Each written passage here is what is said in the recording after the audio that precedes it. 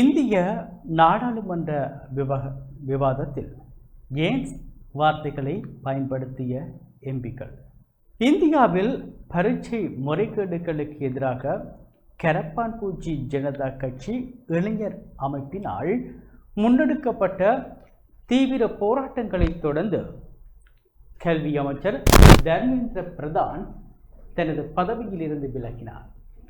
இதனைத் தொடர்ந்து பரீட்சை முறைகேடு தடுப்பு சட்டமூலம் மீதான நாடாளுமன்ற மக்களவை விவாதத்தின் போது நாடாளுமன்ற உறுப்பினர்கள் ஏன் தலைமுறையினர் பயன்படுத்தும் இணைய கலை சொற்களை பரவலாக பயன்படுத்தியுள்ளனர்.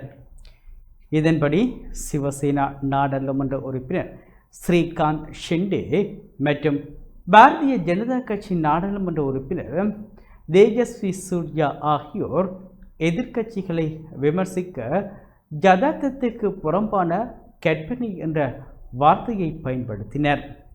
அத்துடன் எதிர்க்கட்சியினர் ஃபோமோ வாய்ப்பை இழந்து விடுவோமோ என்ற மனநிலையில் இருப்பதாக ஸ்ரீகாந்த் ஷிண்டே குறிப்பிட்டிருந்தார்.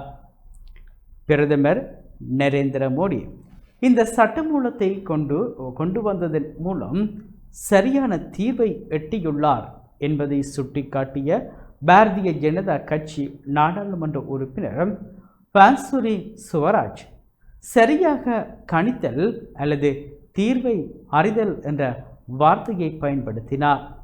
அதே நேரம் எதிர்க்கட்சியினரின் வருகையின்மையை சுட்டிக்காட்ட தலைமறைவாதல் என்ற வார்த்தை பயன்படுத்தப்பட்டது. காங்கிரஸ் தலைவர் தீபேந்தர் சிங் ஹுடா போராட்டத்தின் போது வைரலான மீம்ஸ் வாசகத்தை குறிப்பிட்டு அரசாங்கத்தை கிண்டல் செய்தார்.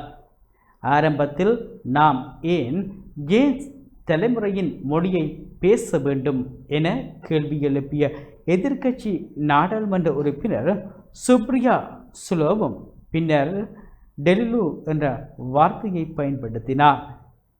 இதேவேளை அரசியல்வாதிகள் வாக்காளர்களை கவர மக்கள் மத்தியில் பிரபலமாக உள்ள சினிமா மற்றும் விளையாட்டு சொற்களை பயன்படுத்துவது வழக்கமான ஒன்றுதான் என கொள்கை ஆராய்ச்சி மையத்தின் அரசியல் ஆய்வாளர் ராகுல் வர்மா தெரிவித்துள்ளார்.